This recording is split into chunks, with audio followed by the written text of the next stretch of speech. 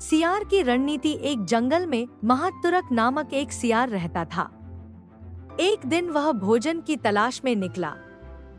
भटकते भटकते एक स्थान पर उसे मरा हुआ हाथी मिल गया, जिससे उसकी रुचि का ठिकाना नहीं रहा। उसके कई दिनों के भोजन की व्यवस्था हो गई थी। वह हाथी के मृत शरीर के पास गया और उस पर अपने दांत गड़ा दिए, लेकिन हाथी की चमड़ी मोटी थी। बहुत प्रयासों के बाद भी वह उसे चीरने में असफल रहा। तब वह वहीं बैठकर किसी तरह हाथी की चमड़ी चीरने का उपाय सोचने लगा। कुछ देर में उसे जंगल का राजा सिंह आता हुआ दिखाई पड़ा, जिसे देख उसने सोचा कि क्यों न इससे ही किसी तरह हाथी की मोटी चमड़ी चिरवाई जाए। जैसे ही सिंह पास आया, वह उसका स्वागत करते हुए बोला, वनराज, आपके इस सेवक ने आपके लिए इस हाथी का भोजन तैयार रखा है। कृपया इसे ग्रहण कर मुझ पर उपकार कीजिए। सिंह जंगल का राजा था। वह किसी दूसरे के द्वारा मारे गए जानवर को भला क्यों खाता। मैं जंगल का राजा हूँ और मैं अपना शिकार खुद करता हूँ। इसे तुम ही खाओ। साफ इनकार करते हुए वह बोला और चला गया। सियार बहुत दुष्ट हुआ कि अब इस हाथी पर पूर्णतः मेरा अधिकार है, परंतु समस्या अब भी जस की तस थी। थोड़ी देर बाद वहां से एक बाघ गुजरा। मृत हाथी पर दृष्टि पड़ते ही उसकी लार टपकने लगी।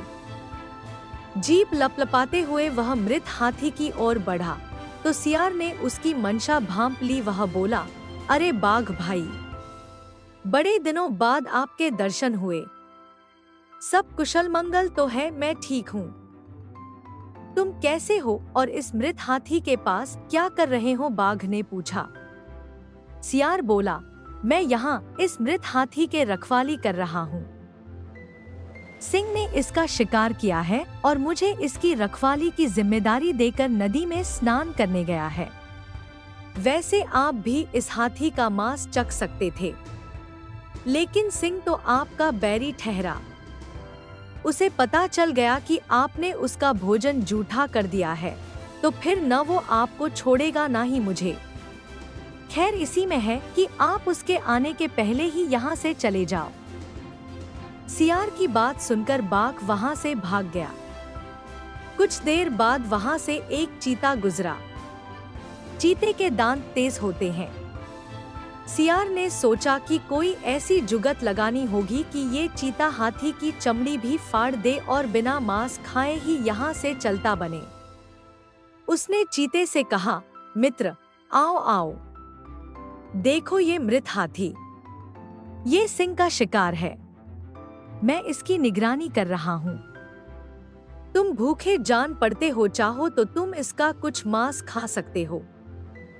जैसे ही मैं सिंह को आता हुआ देखूंगा, तुम्हें बता दूंगा।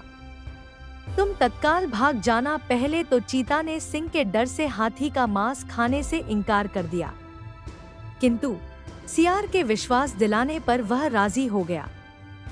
उसने कुछ ही देर में हाथी की मोटी चमड़ी फाड़ दी। जब सियार ने देखा कि उसका काम हो गया, तो वह चीते से बोला, भागो, शेर आ गया। बिना एक क्षण गंवाए चीता भाग गया। सियार ने मजे से हाथी का मांस कई दिनों तक खाया।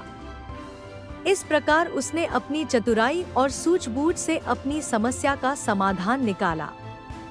सीख, किसी भी समस्या के समाधान के लिए सूझबूझ से काम लो। दोस्तों, आपको ये कहानी कैसी लगी? कमेंट में हमें जरूर बताएं। मुझे आशा है कि आपको इस कहानी से बहुत सीख मिली होगी। तो चलिए मिलते हैं अगले वीडियो में। तब तक के लिए जय हिंद।